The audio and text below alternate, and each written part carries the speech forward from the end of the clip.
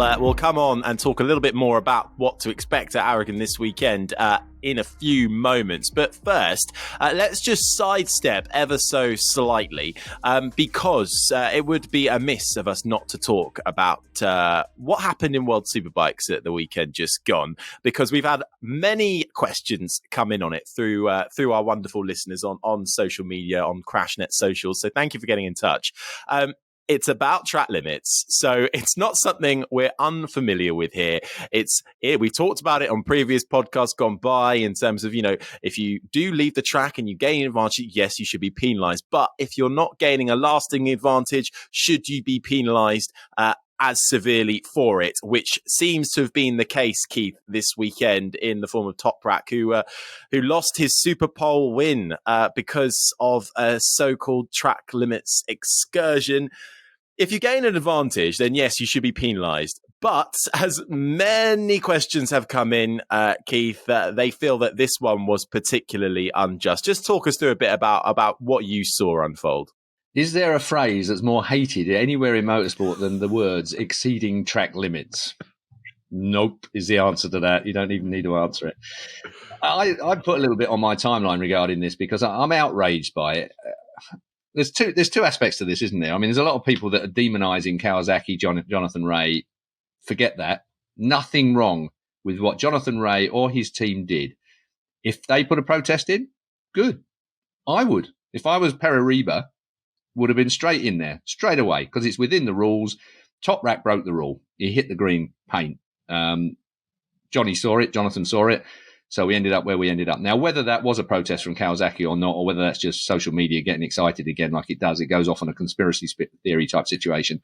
But the point being is that if he touched the green, which he did by about a millimetre, people will argue, well, that's the rules. Yes, it is the rules as they are at the moment. The rules are stupid. It's completely wrong. It's just a nightmare. And why people can't find the common sense to just be able to work this out, I don't know. There will be corners on a racetrack that you gain an advantage, a tiny advantage or whatever it might be. Any advantage gained, you should be penalised. That's my view. MotoGP have got sensors now on the green paint, picks them off. Every time someone touches it, they get a penalty. Or the fact is, if they go outside track limits on 3 occasions, they get a warning. If they've done it by 5, then they're going to get a penalty. That's a fact. Now, on the last lap, there was this rule that came up that if you went on the paint and got an advantage on the paint, then you had to go back one position, and that's presumably the one that we've got here with World Superbike. I've not read the World Superbike rules, but I would assume that they must be something like this. But where Toprak went across the paint, I mean, it's a white line for God's sake. It's just a bit of paint. There is no advantage to be had at all. There's a piece of paint on Misano when you come out of the last corner, which is Misano, I think, isn't it? The last corner. You come out onto the front straight. And there's a little bit of white paint that juts out at an angle, just like that. And that's class. When you run over the end of it, the little pointy bit that is no advantage there, not to a MotoGP bike or any other motorbike. There's no advantage. It's just your natural run through the corner. You're not exceeding track limits, but of course you are within the rule book and you get penalised. My point being, before I really, really wind myself up with this, because I've been excited about it since I saw it earlier on. I just think it just ruined the weekend. Because it was a perfect weekend. It was a brilliant weekend for World Superbike. Best advert World Superbikes has had in a long time. Toprak versus Jonathan Rea. Jonathan Rea, the king of Superbikes, the most successful man. Kawasaki, the mighty Kawasaki. And suddenly you got a bloke on a Yamaha, a Turk as well, a nation that's got 84 million people that are all watching motorbikes now from the president downwards. Suddenly it's a big deal again. And they penalise him for this non-beneficiary piece of paint. Now, get in there. Point being, there will be corners that you can benefit from. Run off on those, touch the paint on those, instant penalty. Done. Nothing to worry about. You're accumulating your penalty or whatever it is that you're going to get later on in the race. But corners like the one that he ran on the white line, it's just a flat-out corner. The thing that stuns me is that stewards, have any of them been on a 200-mile-an-hour motorbike?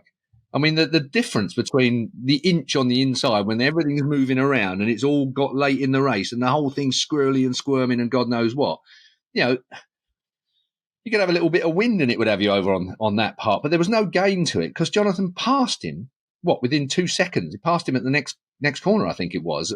So there was no gain there at all. The point being, if stewards, organisers' rule books should allow for certain corners at certain tracks to be automatic penalties, and there are other parts on the track where there is no gain to be had. So therefore, forget it. It shouldn't be, that bit of paint should just be a bit of paint. Just do what you like with it, is my view. I mean, I'm not quite as extreme as, I think it came back to Jamie Whittam. I love Jamie Whittam. Came back to him and he had his rant, because I think every man and his dog's had a rant over this. But Jamie's got the really old school view, which is, should put bloody gravel there, that it wouldn't go in it then. That's natural penalty and all the rest of it. But of course, those that say that, and I know Jamie would be the same, he's just outraged with what's happened as well. But, you can't do that. It's about safety. I mean, the reason why we have these wonderful runoffs now and great big bits of tarmac is because it's safe. And they should be there. I'm not saying for 1 second that we should have grass, pseudo grass or gravel or anything else to keep track limits. I think that's completely wrong, and it would be a retrospective step. And I'm not saying there shouldn't be penalties for anywhere where somebody's gained, team or rider, because now that we live in an era of where everything is timed to 3 decimal places, and quite often you'll get 3 riders on one lap that's done 3 decimal places each. So you've got 3 riders that have got exactly the equal time. That's happened. You can't allow any rider or any team to be able to sneak an inch on the racetrack. This particular situation in Magny-Cours wasn't about pinching an inch. It was the tiniest, and it made no difference to the lap. Excuse me. I think all I'd add to that is that, I don't understand. I mean, I was quite shocked to see that as anyone else, but I don't understand why it's a track limit if there isn't a curb before it. I think that would be easier. So, if someone goes over a curb, fair enough. But when it's just a white line, I don't understand why they count that as needing to be track limits, if you like. Why it's not just a normal white line around the edge of the track like everywhere else. They obviously think that there is an advantage to cutting it. Well, if there's an advantage, then put a curb there and be like the other corners where you've got to run over a curb and then you're onto the track limit. But just to brush across a small white line and for that to take away someone's win seems extremely sort of petty and over the top, doesn't it? Well, I think what they've done, Peter, is they've left themselves open for criticism and for the usual, and I don't believe this for a second, for the good old conspiracy theorists of that they only want Jonathan to win a world championship, and these change, and fill in any name you like. Jonathan this week could be Toprak next week, could be Scott Redding the week after. Conspiracy theories are always a waste of time, and I don't usually spend any time talking about them, but it does fire up a fair proportion of people and social media. And I think the other thing as well is it wasn't instant. It was hours after the fact. So you've got the result. Toprak's been on the top step of the podium. There's not an investigation or anything going on. You should have like 10 minutes to make your protest. If you've got a protest, you should have only 10 minutes to get it in there, then half an hour for it to be worked out or whatever it is. Delay the ceremony or whatever you like. So there isn't, sorry, Keith, there isn't like a time limit, because we've had a lot of the questions coming in have said, the penalty for Toprak in Super Bowl race came through so late, which is a bit of a farce. Is there a time limit then when they can announce these things? Why did Superbikes take so long for the penalty to come through? It's not just Superbikes, Harry, it's MotoGP as well. There have been, stewards meetings late into the night to try and unravel what they've, penalties. And once the penalty is in, I think there is a time limit to when you can get it in there, but I don't think there's a time limit as to when you can actually levy the penalty. Quite often you turn up at work in the morning, and first thing you do is go through the sheets to see who's been penalised for what, don't you? I mean, Pete will do the same thing. You're at the track, and the first thing you look at is who's got bloody long lap penalties and so on and so forth. Because it does take a lot of going through. I mean, in MotoGP terms, there's 3 stewards, Freddie Spencer being the head of them. I can't say Freddie's got it right all of the time, in my view. But then again, what am I? I'm sitting there as a commentator. It's when it becomes everybody else's opinions. It can't be about opinions either. You see, this is the other thing that, the loudest voice ranting gets things changed. Well, no, they shouldn't be able to. That's not the way. It should be a clear situation, but it never quite seems to be. And then if we go back into the MotoGP, Moto3, Moto2 situation, the penalties don't seem to be consistent. some people seem to get a slightly bigger penalty than others do, and then MotoGP riders seem to get away with everything compared with Moto3 riders. It's just not got that consistency attached to it, and I think that brings our sport into disrepute. I really do. I think that if we can't be clear and transparent with everything that we're doing from a rule point of view, then we end up with a little bit of egg on our face. And I think the World Superbike this weekend have ended up with egg on their face. I really do. I think that it was a fantastic weekend. I couldn't get away from the telly. I've got my mum in hospital, and I'm trying to deal with things like my mum in hospital. I've got my kids here as well, and balancing all this. And I'm sort of phoning 1-year-old and scanning the TV for World Superbike. It's fantastic. Seeing Jonathan and Toprak Razgatlioglu fight the way they did. Really, really good. I mean, I tweeted something along the lines of, reminded me of the old days, the early days of Schwantz and Rainey, when they were 4-stroke riders against each other back in the day. And that rivalry went right the way through in the end to Grand Prix, 500 Grand Prix, obviously. But the early days of them transatlantic trophy, you see Schwantz and Rainey, even though they're on the same bloody team fighting with each other, it was just it's spectacular. And there wasn't any animosity early on, and I said something along like this, between Razgatlioglu and Jonathan Rea. I didn't expect there to be any animosity, but there probably will be now. It's now we have some. And is it justified? No, it's not, because Jonathan Rea, his team, did the right thing to win a world championship. 3 points they've gained through this protest, if it was a protest, if it was a word in someone's ear. I don't know what the details are. I've not been at the track, obviously. But the fact is that they are quite within their rights, and they no one should is the word denigrate, I think, should get on their case over it. They did what a professional outfit should do if that's what the rules say. I've got no truck with what they've done or what they've said. Or even what's happened with this situation. If Razgatlioglu ran across onto the green, and he did, just touched it, minute amount of touching it. Before, you had to have both wheels on the green. As long as you had a bit of the tyre touching the white line, you didn't get a penalty. Now it's gone. If you only touch the green, you get the penalty. I mean, they've even moved the goalpost since last year now. But the fact is, if that's the rule, he's got the penalty. Full stop, some people would say. My point is, it's a stupid rule that should only really apply to parts of the track that you will gain an advantage. If someone can demonstrate to me that there was any advantage in the millimetre extra that he had by touching the green through that part of the track where everything's flat stick and on the stop, fair dues, come back at me, but don't if you haven't got that evidence. I think also, Keith, I mean, let's be honest, Kawasaki shouldn't have had to put in a protest for this. If Race Direction are going to put green paint on the track, they should have it covered by, as I think they do in MotoGP, multiple camera angles and everything else. And they should have been knowing, this is a last lap victory battle. They should have been glued to every little area of track limits and reviewed it. And it shouldn't have come down to putting Kawasaki in this situation of going, I think you guys have missed this, which is basically what's happened here, isn't it? They've said, look, we think you've missed this. And they've had to go back and go, basically, yes, we have. And give it, and it doesn't, as you say, it then brings Jonathan Rea and Kawasaki into a situation that shouldn't need them at all involved.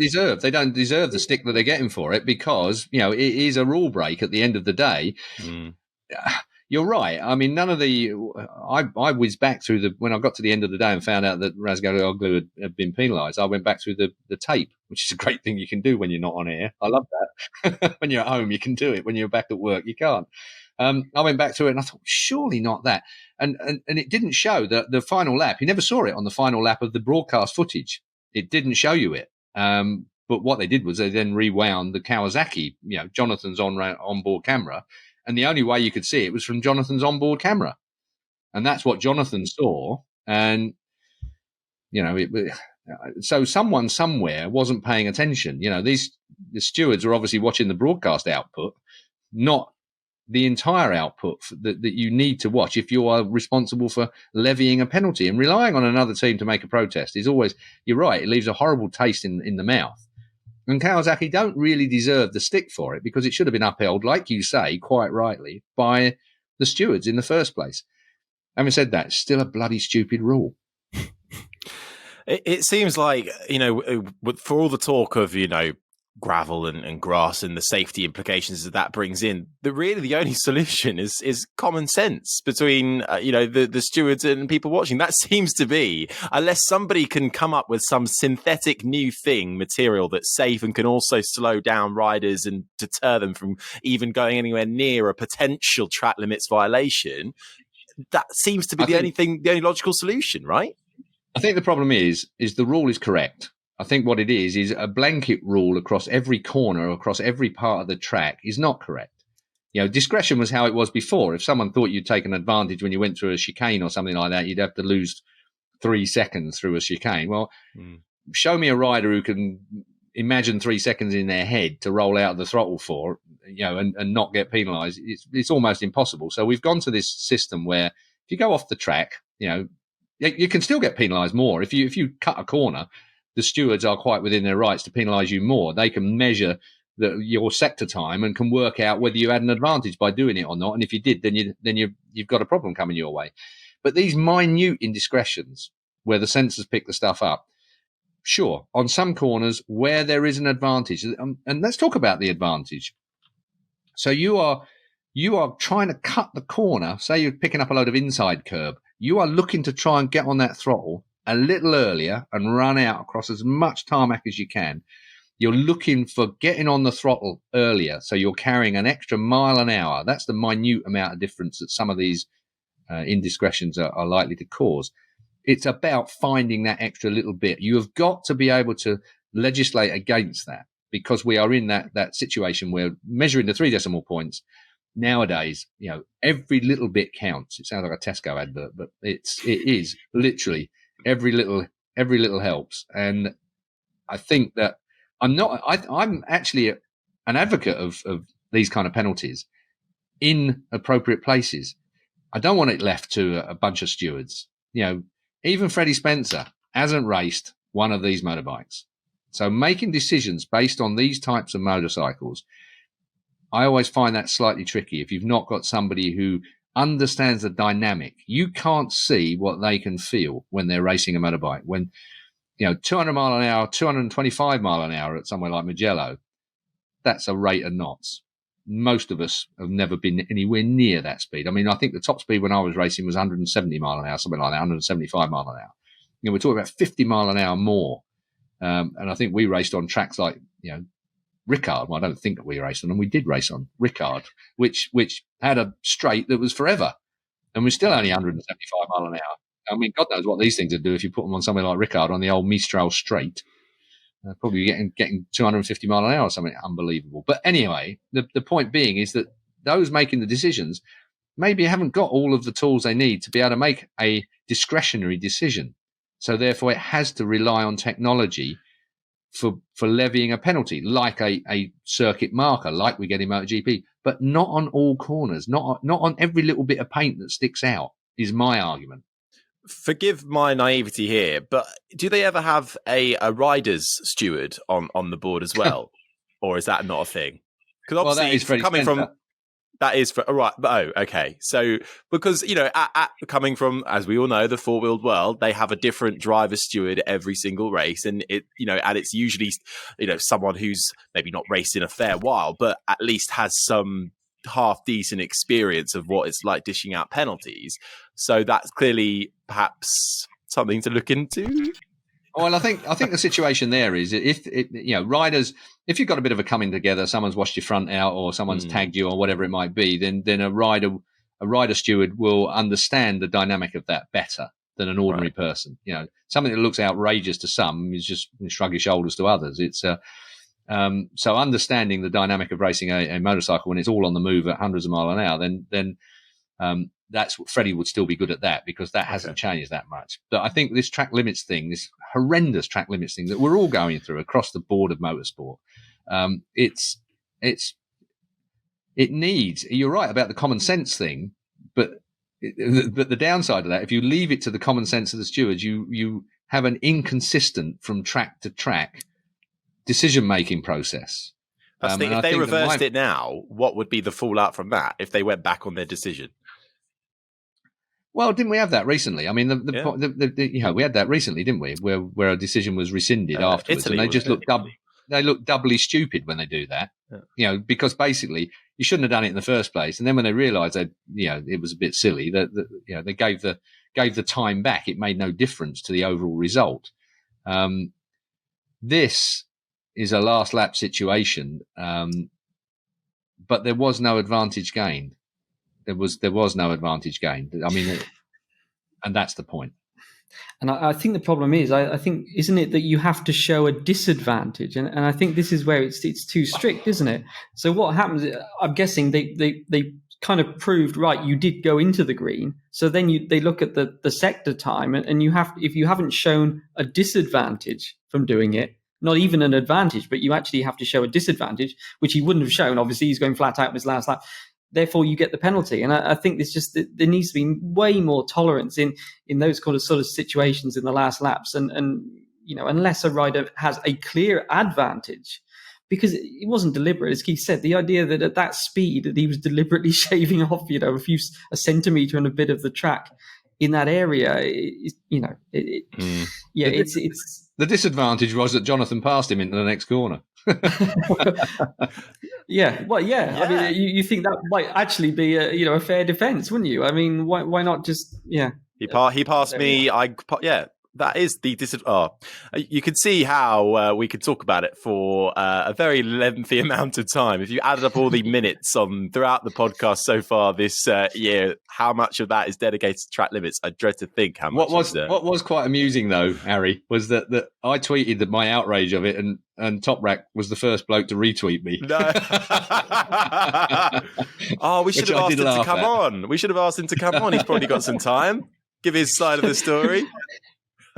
Did he send in the question? Was it? And that one was from it just says TR, so I don't know. Well, let's. I think there's never. We always have to just park it there because we don't make the decisions at the end of the day, and the rule book is the rule book, isn't it? But until it gets a proper look at, and until those inconsistencies are ironed out, we're going to consistently have these conversations. Just off of that though, we've got a lot of listener questions in, and this isn't to do with track limits, but Dan Boney's just asked, any chance of Kawasaki coming back to MotoGP?